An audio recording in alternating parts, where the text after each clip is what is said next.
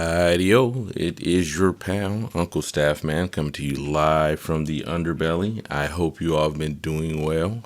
It's almost summer vacation for the younglings as they're getting ready to graduate and go on to high school or move up to the next grade. It is a fun time for kids right now because no matter what else is going on in the world, the march of time keeps going.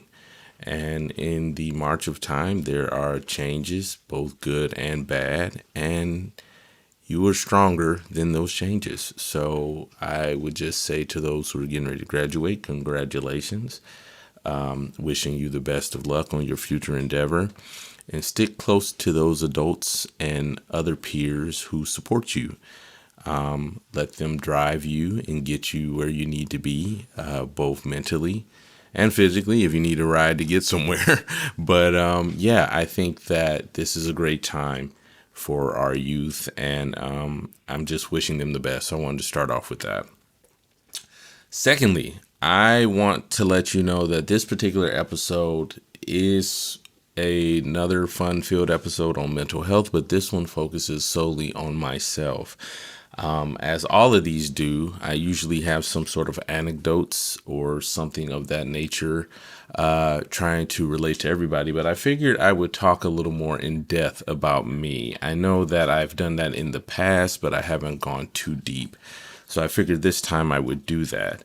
I'm going to talk about the effects of bipolar disorder. But I'm going to make it fun if I can. I'm going to use everyone's favorite puppets, the Muppets, as a characterization of the effects of bipolar disorder. But we're not going just there. We're actually going to visit our old friend Sigmund Freud, and we're going to use the idea of the id, the superego, and the ego. So for those who didn't pay attention in psychology class, I'm sorry, this is about to suck for you because I am a layman. I don't know what I'm talking about, but I did a little bit of research, so I'm not an expert.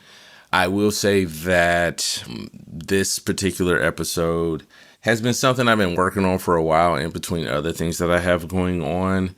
I love the Muppets and I'm fascinated with psychology. So I figured why not put the two together as best I know how. So it's time to get things started. It's time to light the lights. Let's get started with the Muppet Show / mental health So My Cat Died podcast extravaganza. And we shall begin. So my three favorite Muppets are Animal, the drummer from Dr. Teeth Electric Mayhem. I also like Fozzie. I like Fozzie because Fozzie is honest. You know, he's just trying to get a joke, but he's also trying to make people happy. And sometimes the jokes don't land. And, more often than not, he's getting heckled by Statler and Waldorf, who are the two older gentlemen who own the booth or the box when they're at the theater. They're always giving Fozzie shit, but I also want to mention them as well because they have a lot to do with this particular episode. So I'll get into them later. And then there's the superego, the superego who I will refer to as Sam the Eagle. Now, for those who don't know, Sam is actually the censor of the Muppets. He wants the Muppet Show to be wholesome entertainment. And he is usually the one that goes and says, "You're all weirdos." He usually does that. Sam is necessary because at the time when the Muppets came out, the Muppets used Sam as the home censor, what the home censors were saying at the time. About different artists who were performing, because if you watch the traditional Muppet Show that used to come on back in the day, they had a wide array of characters from rock stars to contemporary artists of that time, to actors and comedians. And it was a phenomenon that didn't go away for quite a long time, and I'm kind of glad that it's slowly making its way back. But I'm a huge fan of the Muppets. So yeah, my three favorite are Animal, Fozzie, and Sam. How I would describe them when it comes to me is Animal would be the id. And I don't think it's just specific to me. I think Animal would be the id for a lot of people. The id operates the pleasure principle. So Animal is driven by this because of his erratic behavior. He's purely reactive and boundaryless. Like that type of side of you that you don't want to cut loose in the office, or when you're getting ready to pop off on somebody, Animal is the one at the front row who's like ready to go get started. Like Animal is your baser instinct. Like sometimes I call that, and again, like I said, I'm a layman. I call that the lizard brain. Like the lizard brain is like hunt, eat, sleep, mate. Like I think of Animal like that. So the baser needs, if you will, of what makes you happy. Again, like I said, Sam Eagle would be the super ego. So Sam would be your moral compass. The thing that tells you to follow the rules, to obey, to not cause trouble. And it's funny because Sam is very rigid. He's like an over forced aspect of what should be morally right, among Mayhem, which is the Muppets. And then there's the ego, which I would say is Fozzie, my favorite. Fozzie is the more diplomatic of the two in this particular instance. And his job is to maintain the middle. Trying to satisfy the id's impulse while at the same time trying to adhere to the superego, Sam's, moral rules. So it's a fine, tight rope that you have to walk with these three characters. And I'm not saying that I am these three characters. I'm just saying that with my personality, it feels like that sometime. So how does that apply to the bipolar disorder dynamic? So as I have said before, I'm bipolar type 1. As most people say, I hate bipolar. It's awesome. So yeah, that's where I'm at. But when it comes to bipolar disorder, there's extreme shifts in mood swings, energy and activity levels. The chemical imbalance can overload the three characters that I just mentioned to you. So there's, again, when you're in a manic state, that's what controls the pleasure. Like it throws you over. The id is running wild. Animal is running wild. There is no rational thought. Logic breaks down when you're in a manic state. And I cannot tell you how many times when you're in a manic state, it's almost like your brain is frying. It feels like your brain is going through,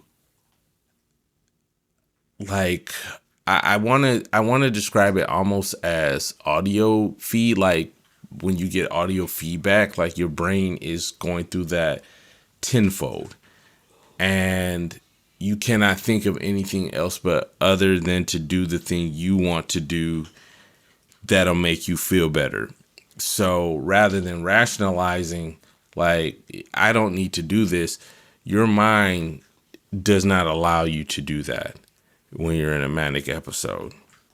And it's very hard to deal with that. Now, some people would say, oh, there's medication for that. Yeah, but I mean, depending on the stressor and depending on what might trigger you, you might find yourself not being able to get to your medication in time, or, something. You have to, what I've learned is grounding techniques, and I'm not saying that works for everybody, but for me, I like to have some type of grounding techniques that I use. Sometimes they work, sometimes they don't. Again, it really depends on the stressor, and I'm still working through that, through therapy, through psychotherapy, through medication management. Like, it's things that I know I need to work on, so that's what I'm trying to do. During the depressive episode, that's your superego, Sam. Sam is telling you that you need to do better. Sam is the critic.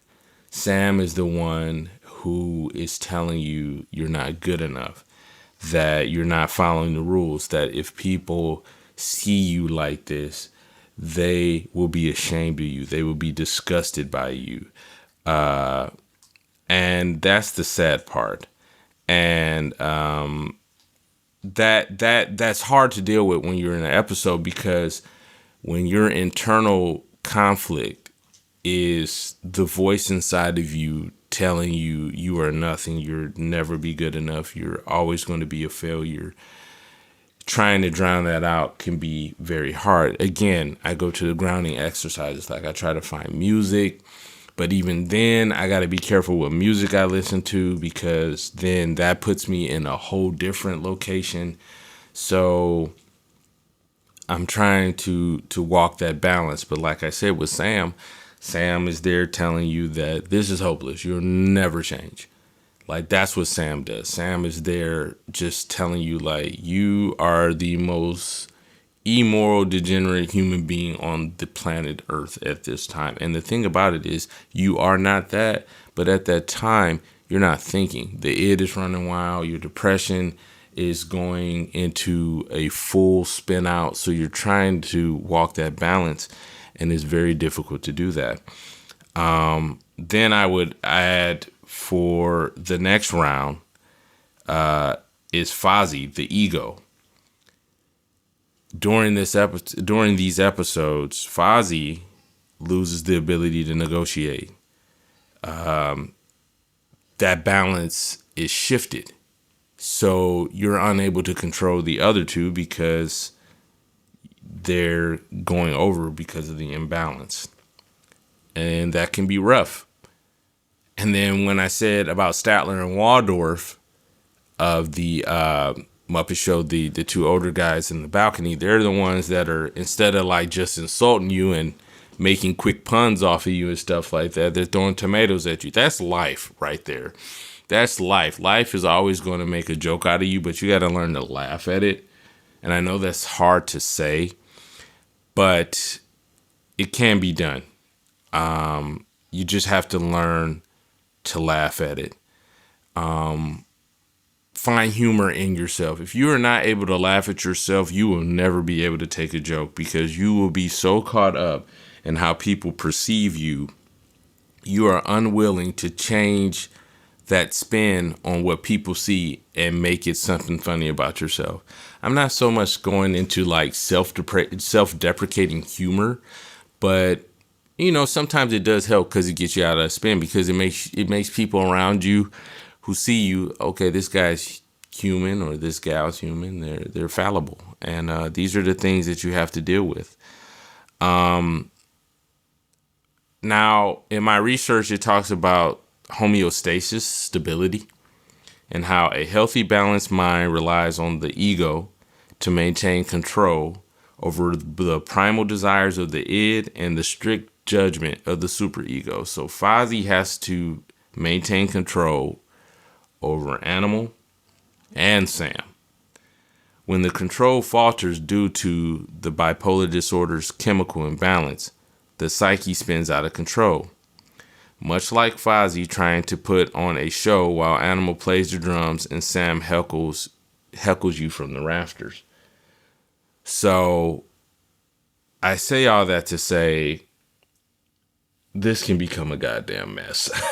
So I'm saying that the best way to cope with these things are to find balance, which is true. You should find balance. You should make sure that you have people around you that value you, who love you, who, if you go through an episode, they're not going to push you in a corner or a room and lock the door. They're going to sit there with you. They're going to try and bring you back. Here's something that I've never talked about out loud. So what I like to do is, when I need to ground myself, I carry a plush animal in my backpack.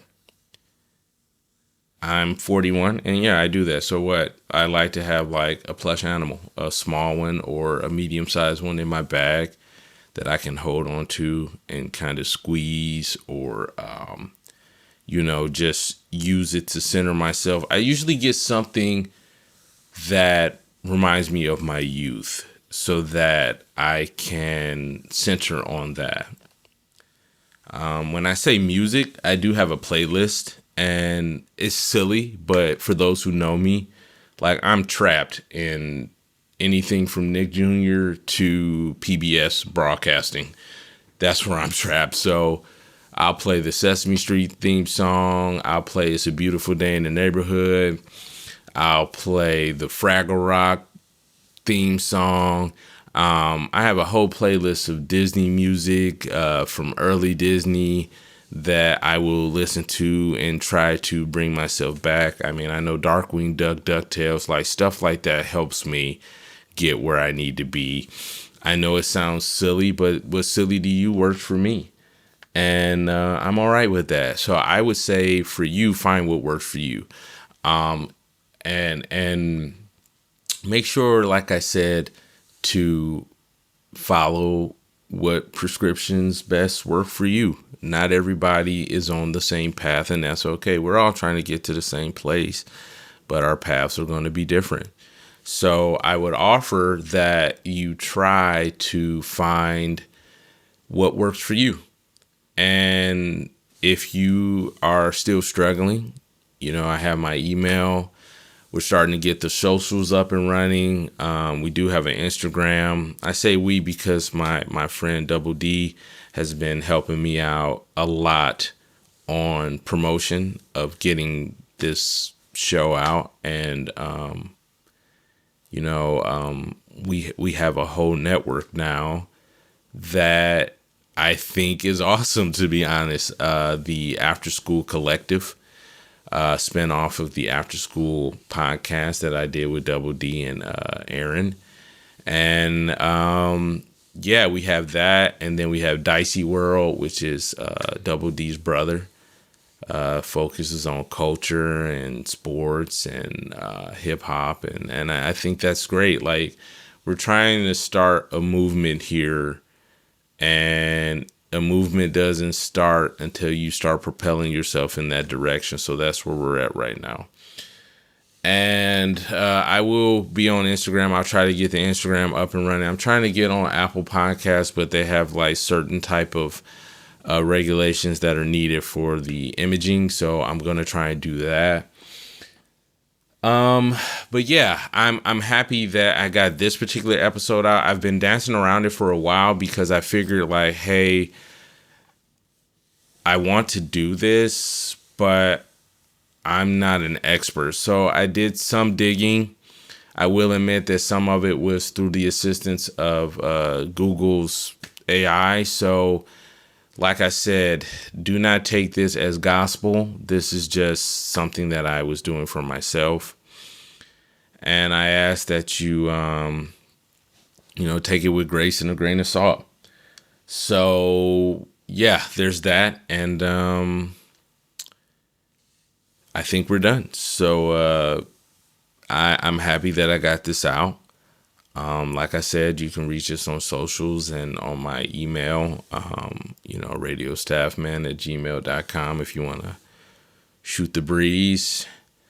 And, I got the Buy Me a Coffee link. That does just help out with like caffeine, which I'm not supposed to have a lot of, but I love coffee. So I do it. I do take it in moderation. So like just having caffeine does help every once in a while.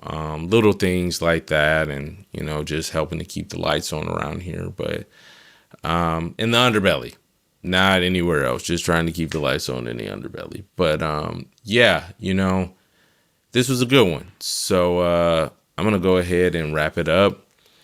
It is May 31st, a Sunday, 0839 in the morning.